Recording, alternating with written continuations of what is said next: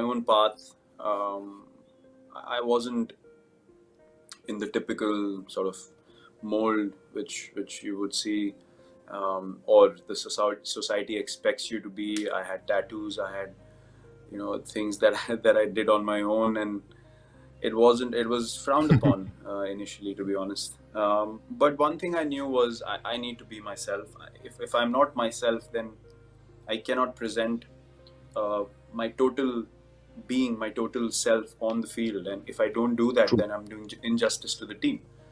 So I was always very, very honest and open about whatever I did and however I was. It might not have been right, but it was what I wanted to be. I never tried to be someone that I wasn't. But that was Hmm. initial years. Then, as soon as things started moving forward, I started feeling like, okay, I belong at this level and I can play cricket at the highest level for a long time. Then it was about, okay, larger vision. Where do I want to see the Indian cricket team heading? Correct. And for that, I need to firstly make changes within me. It's easy talking about things, but I think it's much harder doing those things and putting them into action. So I clearly remember it was 2012 and we had just finished the IPL, and I hadn't had a great season with the bat in the IPL, and my eating habits, my sleeping habits, everything was very, very bad, and Hmm. I was in total horrible shape. And I came back home and I came out of the shower and I just looked at myself and I felt like there's no way I can continue like this. This is not the example I should be setting as a Okay. elite level sportsman in India. I mean, we absolutely compete at the highest level of sport if you talk about our country. And I thought to myself, no, this is not the right outlook. And from that day onwards, I changed everything about my diet, my training, everything. And then I started seeing the benefits of what that did to me Hmm. mentally, physically, yes, but mentally, I was so much more optimistic, positive. I knew I had more capabilities of moving well physically, of thinking clearly because my body Hmm. was lighter. Everything was just flowing, and I felt like, wow, this is amazing, and this is actually the most basic requirement for me as a sportsman. But then over a period of time, our team was young when I took over from MS. We were going through a transition. Then I thought, okay, this is the direction we need to head as a team.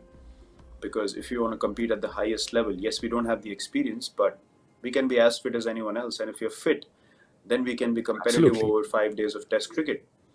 And then magical things started happening. We started beating teams, we started competing everywhere, and everyone was like, "This is amazing!" And we just didn't let go of it. And yeah, that taught me a huge lesson that there's one thing to talk about things, and then there's another to actually go out there and make those things happen, put them into action.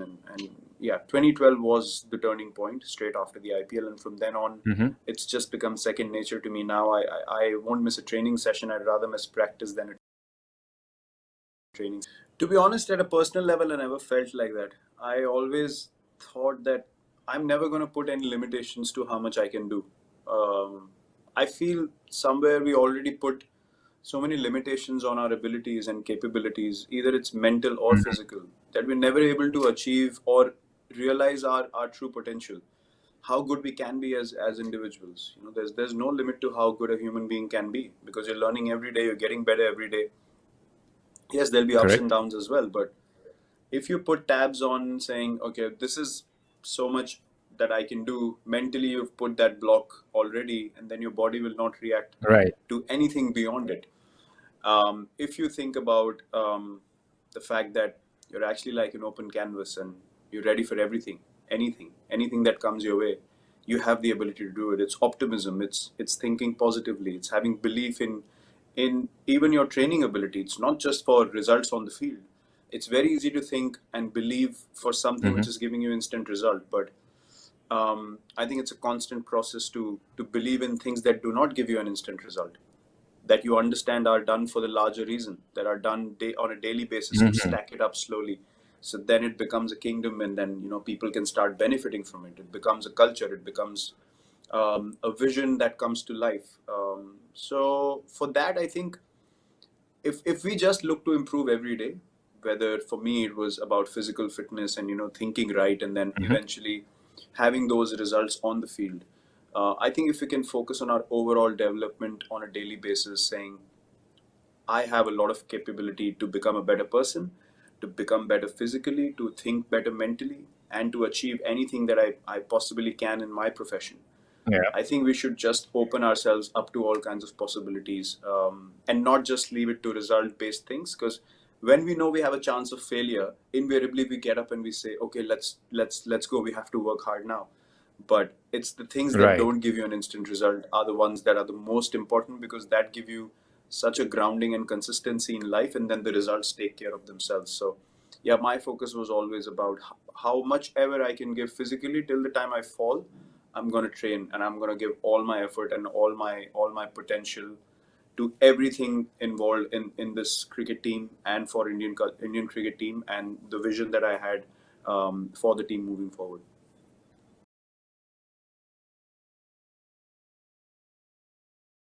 Um, Firstly, you have to make people understand that this is beneficial for what you're doing, right? It's very important to put Mm-hmm. things into perspective, because not everyone's going to react to the fact that you have a chance of improving every day.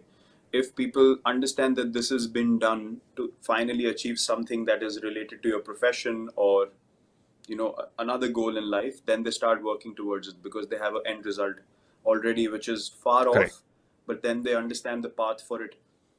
And they realize, okay, this is what I need to do from now to 6 months time, 8 months time, and then I'll be a totally different cricketer, or in any other profession. I'll be able to think better, I'll be able to take smarter decisions, I'll be more confident about myself, whatever it might be. So that's the path you take initially, but then everyone realizes when they start seeing the benefits of it, um, on the field, especially. I can talk from the team's point of view. Then guys Right. understand, then they get a taste of it, then they're like, wow, this is amazing. Because we never thought that we could be as good physically or as capable of doing the things that we are doing right now. It's a reality today. We could not have thought about it. So they eventually end up making it a lifestyle choice. So then your job's done, because once you tell them that this is going to work and it works, then they don't Mm-hmm. let go of it. So you need to persist, you need to be patient, you need to have constant chats with them, try and motivate them at difficult times, and say, keep going, good things will happen, keep going, good things will happen. And when they click, there's no looking back from it, because guys realize, you know what, I'm not letting go of this because I feel like $1 million, and I feel confident when I step onto the field. I don't want to feel doubtful of, can I dive for the ball, can I bowl 7 overs in a row, Right. can I bat for 170 runs? All those things are taken care of. Can I make a brilliant play when the team wants me to? Can I have do a great run out on the field, take a half chance to win us the game, win us a very important game? When you realize you can have all of those things and they start happening on the field, that's your job done. So I think the persistence that's required to get them till that stage where things start becoming results is the difficult part. When that's done, then it becomes a team culture.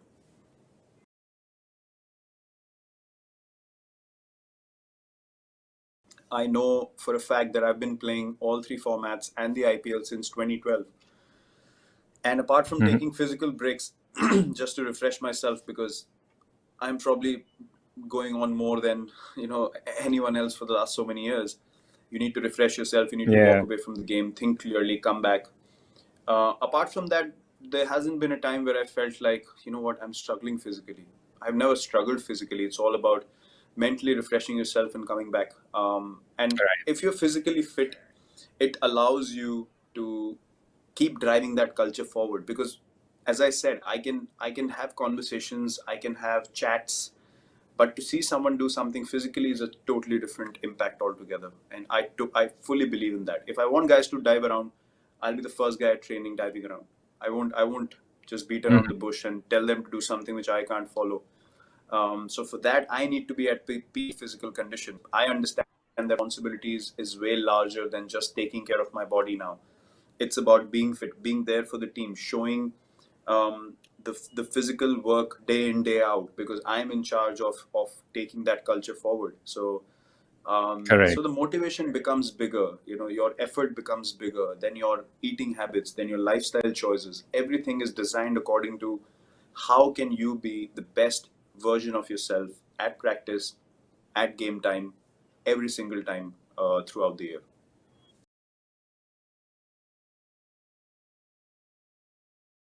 I mean, there are many times that you feel like things are getting too much. Also, you have to understand that it's not just about being a batsman or a captain or a leader. It's the other stuff that comes along with it. When you step out for a Mhm. coffee, it's like it's hectic. It's not as simple as just walking, just taking a stroll and no one bothering you. So there's so many Yeah. layers of things Yeah. that get to you eventually.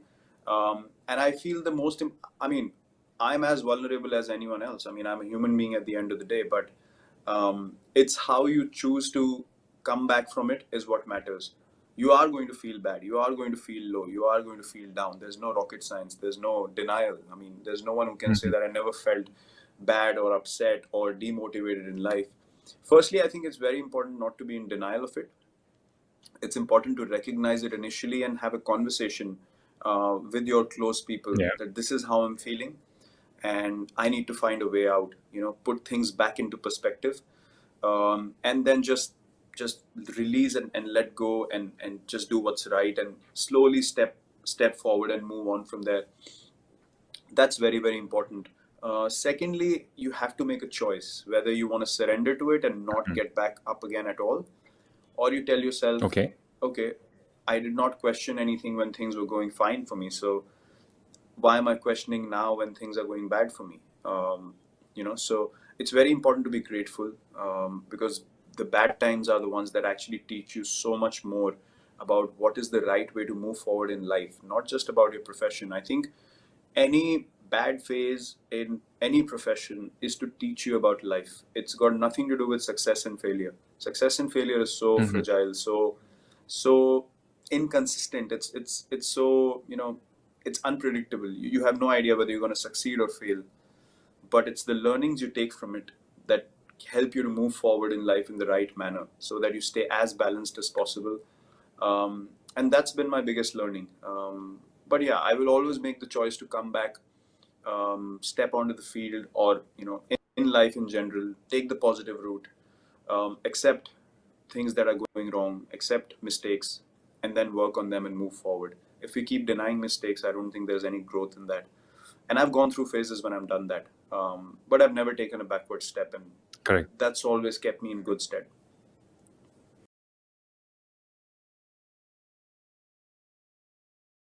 I will never tell anyone to feel vulnerable when they're not feeling vulnerable. It's a fine line. I Okay. mean, we can very well sit at home and say, you know what, I'm not feeling great, but that also could be a denial of wanting to encounter things that are difficult. Only when you have Mhm. done everything possible in your capability and your abilities is the time you sit back and say, you know what, I'm actually not able to find a way out. But we have to be honest to ourselves and ask ourselves, have I tried everything possible? If the answer is yes, Correct. and still you're not feeling great, there is no shame in telling your boss, telling your teammates, telling your life partner, whoever you want to tell it to, you know what, I'm actually feeling very, very bad. I'm feeling pathetic and I just need a break from Mhm. everything. I think it's a very, very healthy way to look at things. And mental stress, mental health is such a big factor that if you're not clear mentally, if you're not feeling great mentally, there's literally no point in doing things that you're doing. So I would encourage everyone to take a break whenever they feel like it, like they really need one. Yeah. But be honest about the efforts that you put in. Look in the mirror and ask yourself, have I done everything possible in my ability? And if the answer is yes, absolutely, everyone should have enough space to be refreshed mentally and put their best intent, best effort for whatever work or profession they're in.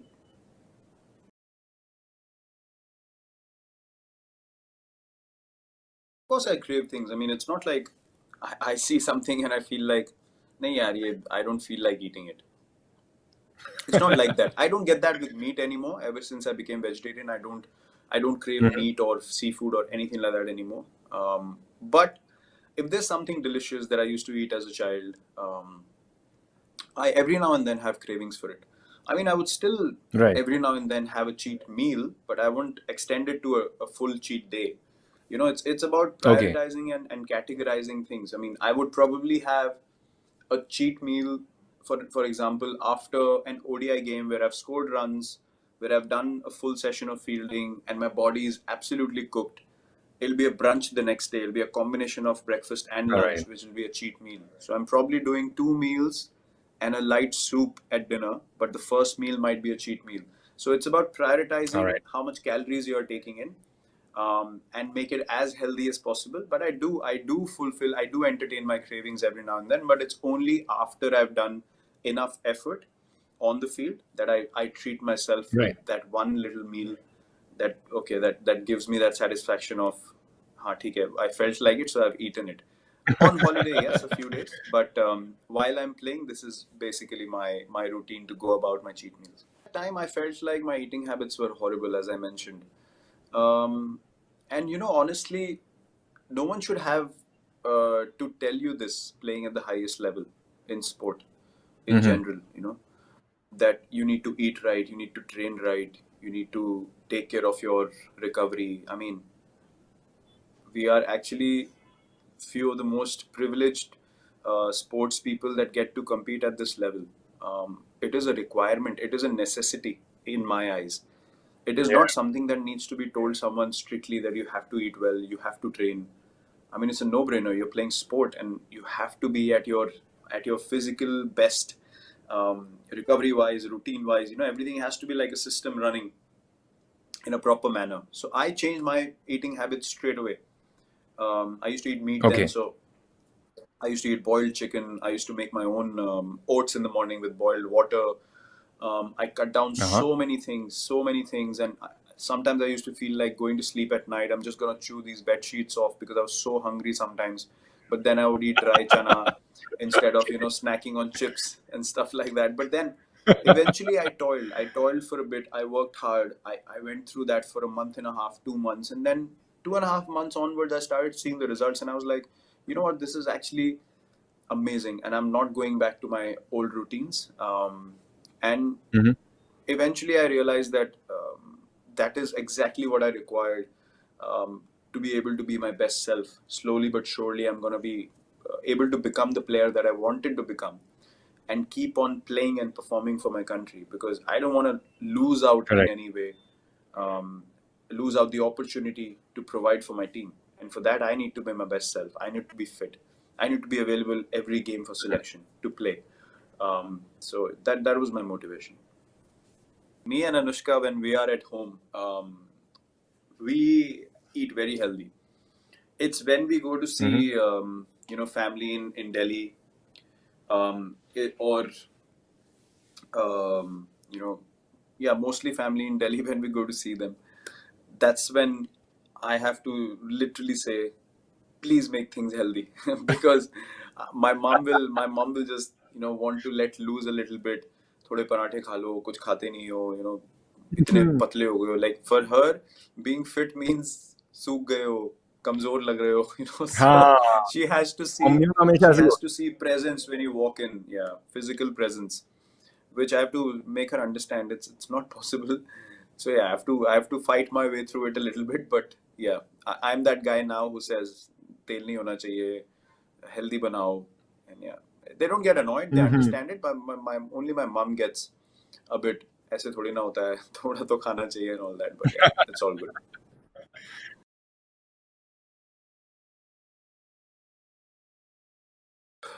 Not vegan, particularly. I mean, I try and avoid dairy as much as possible. I would say 90% of the time I'm avoiding dairy. It's basically to do with a lot of intolerances that my body has. I got my gene test done, my DNA test done, my food allergy test done. So gluten was an issue, lactose was an issue. But the reason for leaving meat was actually health related, because my bones started to deteriorate in health very rapidly, and I Okay. had an issue. We played in South Africa in start of 2018, and I had a cervical spine issue that had popped up. And then I got a couple of scans and tests done, and it said my body's too acidic, and my stomach has started pulling calcium from my bones because it's not as alkaline as Oh. it should be. So to make itself alkaline, it's pulling calcium from my bones, and I had to get rid of meat immediately. I was on seafood for a bit, but I remember in July or August of 2018 is the time I completely left meat. And to be honest, I've never felt better. My recovery is better. My energy levels I feel like are great. I'm able to, train, practice, play day in, day out, and it's just amazing what it's done to my body. And yeah, ever since I turned vegetarian, it's been a revelation for me. I actually didn't realize the true power of vegetarian food, and what a almost fully plant-based diet could do to you. And yeah, the results have been absolutely amazing.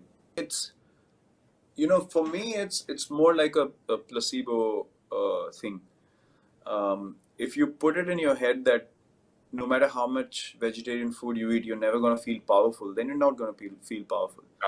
If today I sit in the room and I start feeling sick, I'm going to get sick, because that's the power of mind. That's the power of your thought.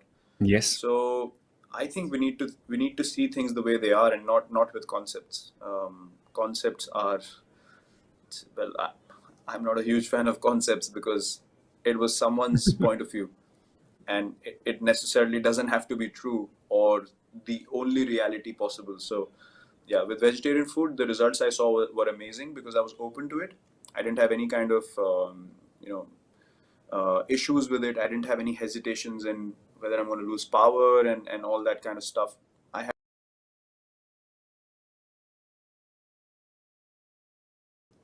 the insight that I got into fitness big time was 2013 to 2015 is the time that I did stuff on my own and it worked. But the stuff that really changed the game for me in 2015 was introduction to Olympic lifting. That was for me, as a cricketer, I didn't feel like my hesitations were as normal as anyone else's. But what if I get a muscle tear or a muscle pull or a ligament pull or something like that? But the trainer he was with the Indian team is Mr. Shankar Basu. He's from Chennai, and he worked with the RCB team for many years. So he knew me from a very young age. So I had that trust factor with him. And he told me one thing. He said, "This is going to literally change your life completely. The only thing I need you to do is trust. Just trust in me. Just give me 2 weeks. And if you don't like it, don't do it on the 15th day." Okay. So I said, okay, fine. He taught me technique for a couple of weeks. Actually, 3 weeks. He taught me technique only with just a stick, that we do good mornings and those morning stretches with. Right. Just with that, no weight at all. And once he realized that, okay, I'm getting the technique right, within a week's time, I was lifting 45 to 50 kgs. I was doing cleans, I was doing snatches, and it was so amazing. And the results I saw on the field, I still remember I was running behind a ball. And while running, how you feel like there's something happening. And while running, I felt like, wow, I feel so much power in my legs. And I almost chased the ball down, and it was a proper shot played by the batsman. I would have had no chance in the past, and I almost got to the ball, and I was like, "Wow, man, this is something unbelievable. I'm never letting go of it." So that really changed the game for me, and I would recommend to anyone who's wanting to see physical results at a different level to learn Olympic lifting, learn the technique slowly, and once you get a hang of it, it is the most amazing thing physically that I've experienced, and I would recommend it to everyone else. Virat,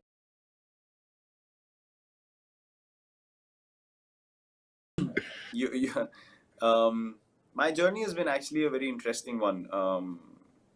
I was made vice captain at a very young age. I captained under 19 when we won the World Cup. I had captained age group cricket a lot. I had captained Ranji Trophy as well, which is our first class cricket. So I'd been captain in many places. And it's something that came very naturally to me, because I felt like, it's easy to just think of strategies, and everyone, like even the bowlers today know what field positions are there on the field. So you can easily just say, you go stand there, you go stand. For me, it's not about that. Yeah. It's about leadership is very different. Leadership is taking care of the whole culture of the team. Leadership is understanding who's down and out, and what you need to say to that individual to pick him up, make him feel like he has support, make him feel stronger than he's feeling at that moment. And the off-field stuff, speaking to the younger guys at the right time, having right discussions with the seniors to pull the team through. All these kind of things are done, at the background. I mean, these things are not seen anywhere. These things are not heard about. So leadership for me came very naturally because I was always of the mindset that we need to win at any cost. Mm-hmm. And for that to happen, I'm going to do everything possible as an individual, and I'm going to do everything possible to get my team at the same wavelength, so that if 11 guys move forward in the right direction at the same wavelength, we're going to be unbeatable. And when you're working on one single goal with focus and determination and your physical abilities to match that, it's a lethal combination. Then every other team's going to be wary of, hold on, these guys are coming at us. We have to be at our absolute best. And eventually, at the highest level, that's how you want to play cricket. You don't want to walk on the field saying the other team feeling like, yeah, we'll just run them over. And I walk all over that you. that was Yeah. nah, that stopped happening, and then great things happen. So leadership is more off the field stuff than on the field stuff. For me, it's the conversation. It's how you motivate the team before an important series, Mm-hmm. before a big tour. You get there, you you get their adrenaline going. Like they feel like that flight should land right now in that country, and we want to step onto the field rather than thinking Correct. what might happen, what's going to happen, whether we'll be able to do it or not. You get rid of all the doubts for them, make them battle ready, and then walk right in front and say, okay, this is what we're going to do. I think leadership. I wouldn't say qualities, but a lot of people are very good at strategizing things. Strategy बहुत लोग Mm-hmm. बना सकते हैं, बहुत लोगों को आती है. But I think to take a whole team forward, to persist with it on a daily basis is something which you're born with naturally. If you're too self-centered, then you Mm-hmm. can't do those things. If you're too worried about your All own right. performance, your own stats, your own numbers, then you can't think of the larger vision. For me, the most important thing is I my goal was always just one. We need to be respected as a team. We need to be the top side in world cricket. We need to be respected as a Yes. team. And we don't want anyone to feel like, as I said, that these guys are no good. We can literally just dominate them and run all over them. So my goal was simple: leave the place that you entered in better than what it was when you Mm-hmm. came in. You have to provide to it. You have to contribute something else to it to leave the culture in a better place. Because tomorrow, when you leave the sport, how many ever years after, you don't want to feel like, man, what went wrong, what's happened today. You have to make sure that the structure is so strong, like MS did for us. I mean, he created a Yes. legacy for all of us, and now my responsibility is to leave that culture for the next generation, to say, okay, Indian cricket should remain high. Indian cricket ka standard should always be high. So leadership, you're born with, I would say, but it's a Mm-hmm. constant process. You have to learn. You have to learn to adapt. You have to learn to understand people. You have to learn to pick up things, how a certain person is reacting in what situation, and what is it that I need to say to him to bring him to that level that I want him to be at. When is the time that I want this guy to move away and take time to himself, sort things out? When is the time I need to tell someone to pick themselves up, motivate Correct. them, and then get them to do the work that should be done? So these are the learnings that on a constant basis, daily basis, you are always and always learning. And I had a conversation about this recently where I feel like if I all that I've been able to do on the field is not been only logic.